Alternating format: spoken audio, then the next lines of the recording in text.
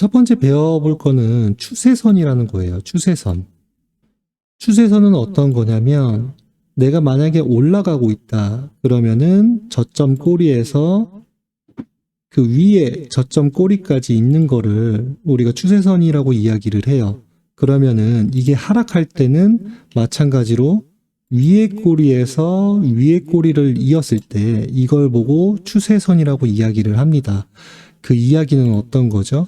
추세란 뭐예요? 트렌드는 이 방향으로 흘러가고 있다. 이 이야기예요. 마찬가지로 이것도 이 방향으로 흘러가고 있다. 이 이야기를 하는 겁니다.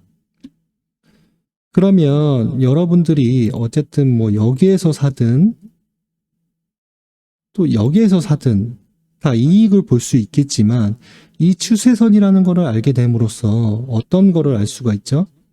이렇게 추세선이 꺾일 때 내가 추세라고 생각한 선, 그 라인 바깥으로 떨어질 때, 아, 이게 하락할 수도 있겠구나. 이런 생각을 해볼 수가 있겠죠. 그럼 단순하게 여러분들이 여러 가지 기법을 알지 않더라도 이 단 하나의 추세선만으로도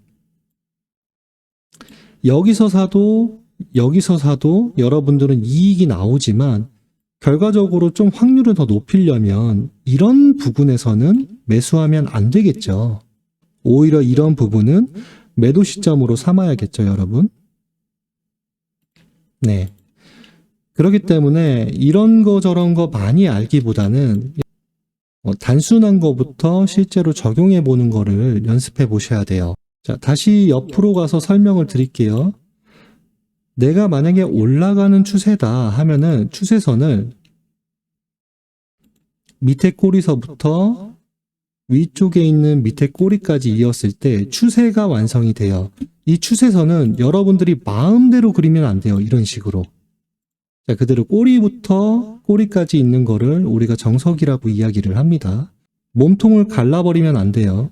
자, 그랬을 때 여러분들이 이 비트코인을 매수를 해야 되는데, 자, 이런 시점에서는 아, 내가 매수해 볼만 하겠다 생각을 하겠지만 반대로 이렇게 추세가 꺾이는 부분에서는 매수보다는 매도를 고려를 하셔야겠죠.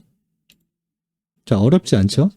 그럼 우리가 하락 방향일 때 이야기를 좀 해볼게요. 하락 방향일 때 위에 고점에서 밑에 고점을 이었을 때 추세가 쭉 따라오죠?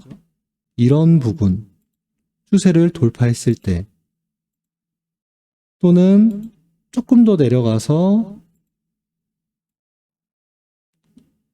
추세를 완전히 깼다고 생각할 때 그런 부분에서 매수를 해야겠죠.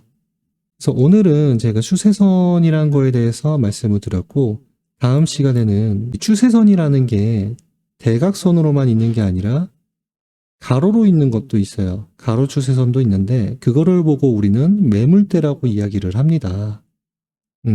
매물대를 이용해서 매매할 수 있는 방법을 말씀을 드릴 테니까 추세선에 대해서 한번 연습을 해보시고 적용을 해보시기 바랍니다.